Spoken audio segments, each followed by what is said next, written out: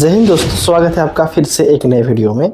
इस वीडियो में हम क्लास 8 साइंस के पहला अध्याय फसल के महत्वपूर्ण ऑब्जेक्टिव प्रश्नों को पढ़ेंगे। तो चलिए वीडियो को शुरू करते हैं। पहला प्रश्न है, जब एक जैसे पौधे को बड़े क्षेत्र में उगाया जाता है तो उसे क्या कहते हैं? तो इसका सही उत्तर है फसल।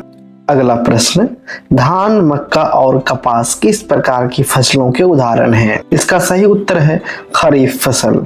अगला प्रश्न, खरीफ फसलों की बुआई का सही समय क्या है? इसका सही उत्तर है जून जुलाई। अगला प्रश्न, गेहूं, जौ और सरसों किस प्रकार की फसलों के उदाहरण हैं? इसका सही उत्तर है रबी फसल। अगला प्रश्न है, रबी फसलों की कटाई का समय सामान्यतः क्या है? तो इसका सही उत्तर है मार्च अप्रैल। अगला प्रश्न, फसल उत्पादन का पहला चरण क्या है? इसका सही उत्तर है भूमि की तैयारी। अगला प्रश्न, फसल को उचित मात्रा में पानी देने की प्रक्रिया क्या कहलाती है? इसका सही उत्तर है सिंचाई। अगला प्रश्न, फसल में से खरपतवार निकालने की प्रक्रिया क्या कहलाती है?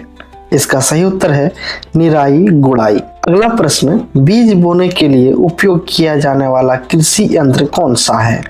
इसका सही उत्तर है सीड ड्रिल। अगला प्रश्न, पकी हुई फसल काटना और अनाज को भूसे से अलग करना किस चरण में होता है? इसका सही उत्तर है कटाई और गहाई।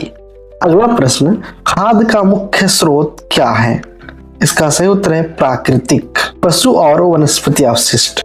अगला प्रश्न, किस पदार्थ का अधिक उपयोग पर्यावरण के लिए हानिकारक है? इसका सही उत्तर है उर्वरक। अगला प्रश्न, सिंचाई का एक परंपरागत तरीका कौन सा है?